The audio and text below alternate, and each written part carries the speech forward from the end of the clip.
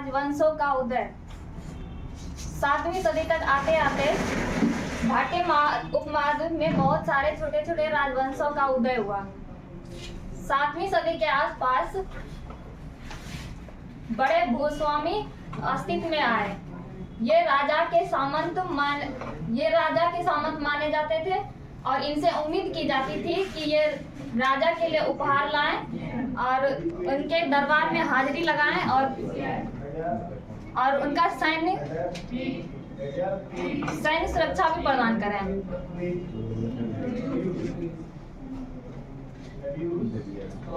और इसके लिए एक छोटे छोटे राज्य मतलब सब अपना अपना राज्य अपने स्वतंत्र होना चाहते थे।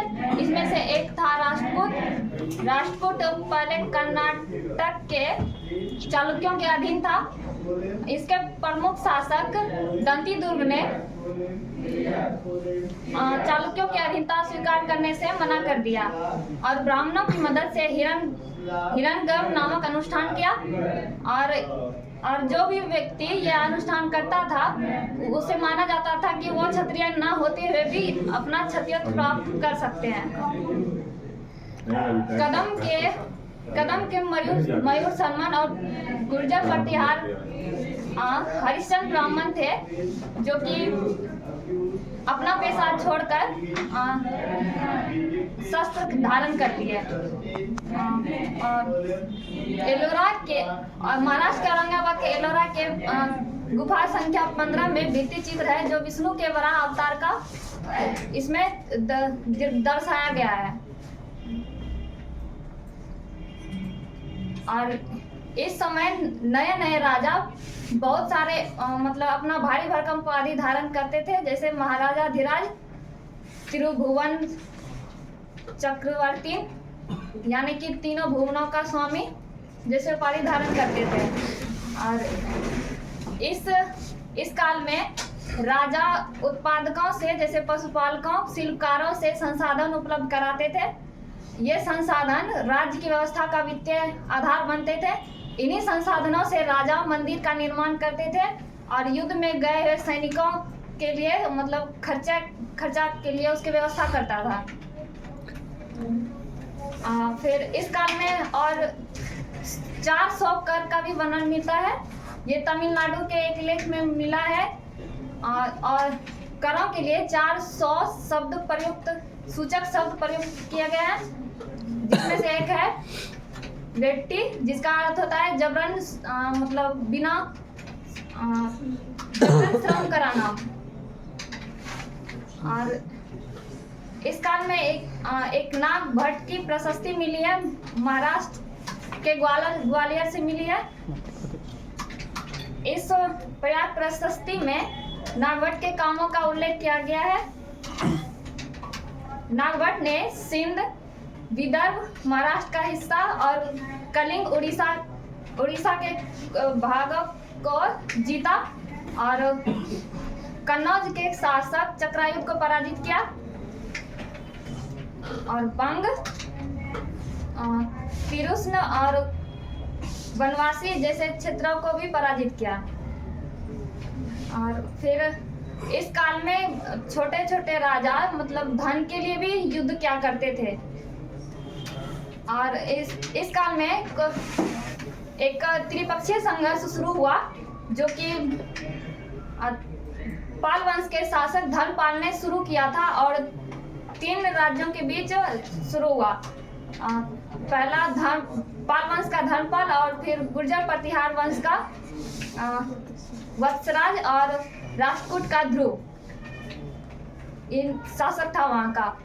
और यह संघर्ष 200 वर्षों तक चला और अंत में 200 वर्षों के चलते इस संघर्ष में गुर्जर प्रतिहार शासक नागभट्ट द्वितीय ने कन्नौज को जीत लिया और उसने अपनी इसे राजधानी बनाई।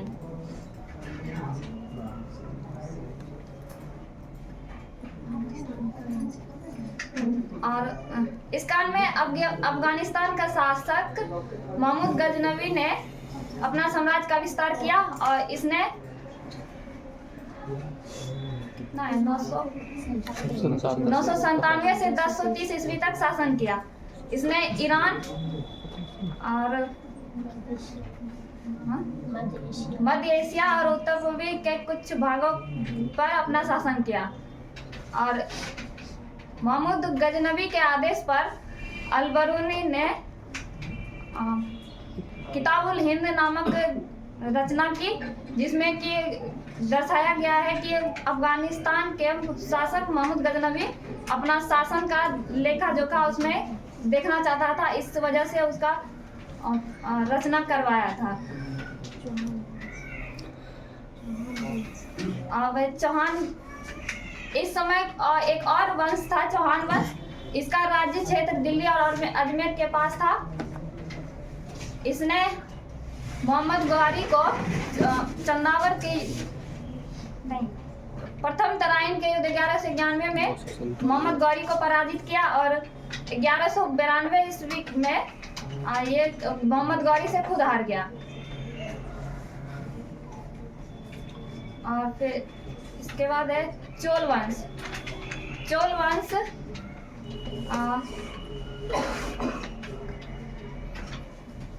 चोल वंश पहले कर्नाटक में एक चोल वंश के राज्य अभी मतलब जहाँ था उसके पहले वहाँ एक मुटियार के मुखिया शासक का वो वहाँ राज्य करता था। फिर प्राचीन चोल शासक के मुखिया के एक प्रधान शासक था विजयालय। इसने उसको मुटियार वंश को समाप्त करके वहाँ पे चोल वंश का स्थापना की।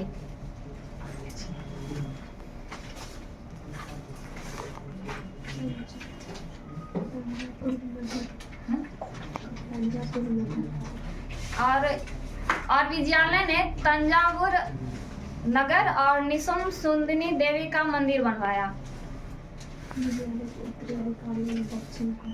विजयालय के उत्तराधिकारियों ने और दक्षिण भारत में विस्तार किया।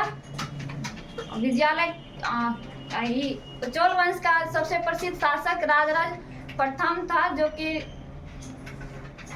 950 ईस्वी में शासन किया। इसके बाद इसका पुत्र राजेंद्र प्रथम शासन किया।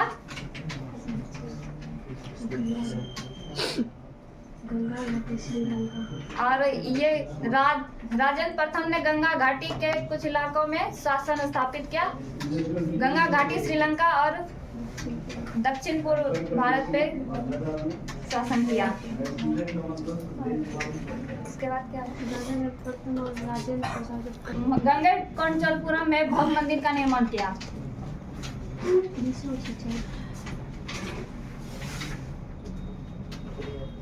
और इस काल में मतलब चोल काल में सिंचाई व्यवस्था कावेरी नदी से हुआ करता था, क्योंकि कावेरी नदी जब बंगाल की खाड़ी में गिरती थी तो वह पानी उलीचती थी, जिससे कि सिंचाई होता था। और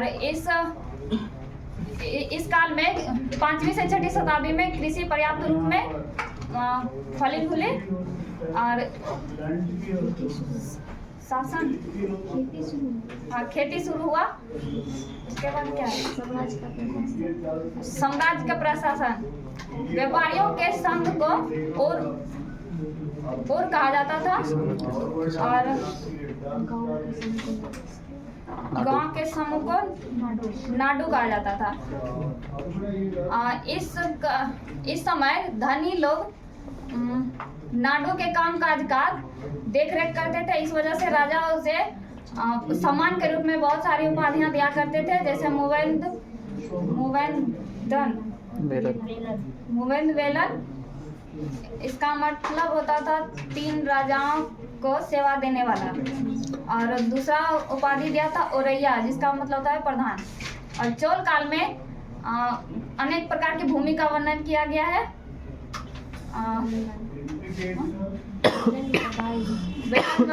जो कि गैर ब्राह्मण को दान में दी गई भूमि को कहा जाता था। और ब्राह्मण को दान में दी गई भूमि को कहा जाता था। और सालाभोग विद्यालय को दिया गया दान में भूमि। और क्या है देवदान मटकुनी ये जैनियों को दिया गया है।